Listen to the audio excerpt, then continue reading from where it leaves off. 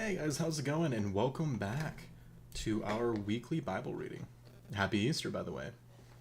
Today we're actually going to be starting Matthew. I feel like it might be a fun thing to start. We can try to go through all of the Bible over time, right? Unless we have specific ideas and stuff, we can branch off on occasion. But I thought it would be good to start with the New Testament, maybe just one chapter a week, kind of keep it simple in case we want to, have conversations and so on. And just try to, make our way through all of it. So now we're going to be starting Matthew chapter 1.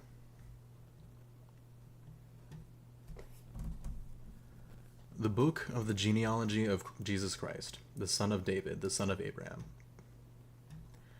Abraham was the father of Isaac, and Isaac the father of Jacob, and Jacob the father of Judah and his brothers, and Judah the father of Perez and Zerah by Tamar, and Perez the father of Hezron, and Hezron the father of Ram, and Ram the father of Amminadab, and Amminadab the father of Nahshon, Nahshon the father of Salmon, and Salmon the father of Boaz by Rahab, and Boaz the father of Obed by Ruth, and Obed the father of Jesse, and Jesse the father of David the king.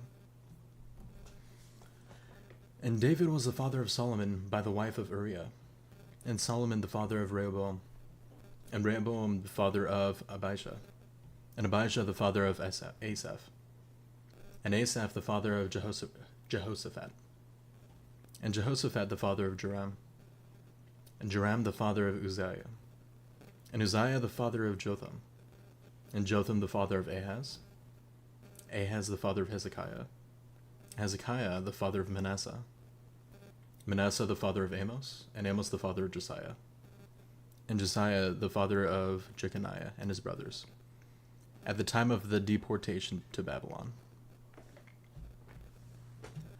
And after the deportation to Babylon, Jeconiah was the father of Shealtiel, and Shealtiel the father of Zerubbabel, and Zerubbabel the father of Abiud, and Abiud the father of Eliakim, and Eliakim the father of Azor, and Eliud the father of Eleazar, and Eleazar the father of Methan, and Methan the father of Jacob, and Jacob the father of Joseph, the husband of Mary, of whom Jesus was born, who is called Christ. So all the generations from Abraham to David were 14 generations, and from David to the deportation to Babylon 14 generations, and from the deportation to Babylon to the Christ 14 generations.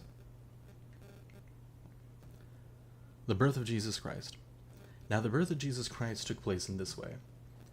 When his mother Mary had been betrothed to Joseph, before they came together, she was found to be with child from the Holy Spirit.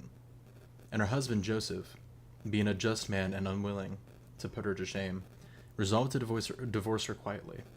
But as he considered these things, behold, an angel of the Lord appeared to him in a dream, saying, Joseph, son of David, do not fear to take Mary as your wife, for that which is conceived in her is from the Holy Spirit. She will bear a son, and you shall call his name Jesus, for he will save his people from their sins. All this took place to fulfill what the Lord had spoken by the prophet. Behold, the virgin shall conceive and bear a son, and they shall call his name Emmanuel. Warhammer, welcome, man. You just had church earlier? Heck yeah, man. I hope it was a good service. We were going through Romans, and I think it might be good to start with the New Testament. So right now we're going to go through Matthew 1, chapter 1. I think about making this a weekly thing. I think would be good. And then referring to Emmanuel, it means God with us. When Joseph woke from sleep, he did as the angel of the Lord commanded him. He took his wife, but knew her not until she had given birth to a son. And he called his name Jesus. Now, I know last time we went through a bunch of chapters, and that was a bit much for people. But there was a time where I actually, looked up some videos and stuff on tips on, studying the chapters a bit more. And they actually recommended that you do it this way, that you go one chapter at a time. You read it once to get a general idea of what's going on. You read it a second time with some things in mind. And then when you do that, the second time you also take notes and you kind of ask questions as you go through. And it was actually of this one, now I think about it, it's kind of funny timing with it, that I started that with, when I was kind of, doing that, taking notes and so on. And one thing that I actually really loved when I kind of went back and reread it is something that we can easily gloss over. So it mentions here to Joseph that she was found to be with child. It's actually really interesting on how awesome Joseph is. Because if you think about it too, it even mentions that clearly in the time, right, if Mary was having a child, who would have thought she cheated, basically, right? That, obviously that would normally be the case. And even in that situation, in their culture, obviously that's not a good thing, period. Even in that case, here it says, and her husband Joseph, being a just man and unwilling to put her to shame, resolved to divorce her quietly. He wanted to do what was right, or at least what he believed to be right, in the law and so on. So he wanted to divorce her quietly because of what she had done, or what he thought she had done in this case, right?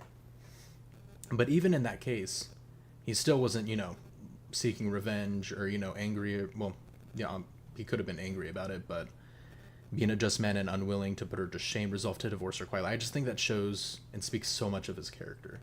And I think that's such a cool thing that we can easily just gloss over. But, imagine that happening to you, right? Most of us probably wouldn't, at least initially, react. Other thing to note, but as he considered these things, behold, an angel of the Lord appeared to him in a dream, saying, Joseph, son of David, do not fear to take Mary as your wife, for that which is conceived in her from the Holy Spirit. She will bear a son, and you shall call his name Jesus. Throughout this entire thing, it doesn't reprimand him for his actions and what he wanted to do. And then, of course, earlier it even mentions that he was being a just man in this case. I just find that so interesting. So I think it's kind of cool, like just putting that extra emphasis on little details like that really do speak volumes about character.